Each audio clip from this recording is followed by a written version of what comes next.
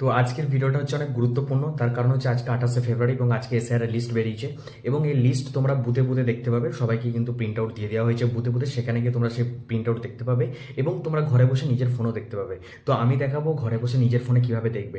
আর একটা কথা বলে রাখি, বুথে বুথে যেগুলো গেছে সেগুলো হচ্ছে যাদের নাম একমাত্র বেরিয়েছে, যারা অ্যাপ্রুভড, সেই অ্যাপ্রুভডের আন্ডারে হয়তো লেখা থাকতে পারে তাদের নামগুলো, অথবা ইন জুডিকশন বলে লেখা থাকতে পারে। ওকে, তার মানে হচ্ছে তারা কিন্তু ভোটারের যোগ্য এবং ভোটারের জন্য তাদের নাম বেরিয়েছে, 60 লক্ষর মধ্যে তারা আছে। কিন্তু যাদের নাম যায়নি, কারা, যারা হিয়ারিংয়ে যায়নি, যারা মৃত ব্যক্তি, তাদের নাম কিন্তু আসবে না। এবার যদি দেখো যে তোমাদের নাম আসেনি কো, তার মানে তুমি হিয়ারিংয়ে যাওনি অথবা তোমার নামটা ডিক্লেয়ার করেনি। আর অনলাইনে যদি তোমরা দেখো, সেটা তোমরা ঘরে বসেই দেখতে পাবে। কীভাবে দেখতে হবে সেটা মোবাইলের মাধ্যমে বলে দিলাম।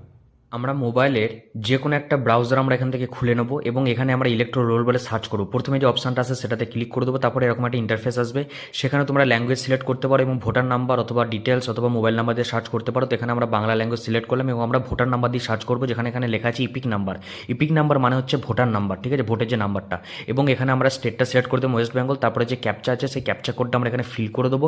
ফিল করে দেওয়ার পর আমরা যে ভোটের ইপিক নাম্বার আছে বা ভোটার নাম্বার, সেটাকে দিয়ে আমরা যখনই সার্চ করবো না, সার্চে করার পরই নিচে একটা রেজাল্ট চলে আসবে এরকমভাবে।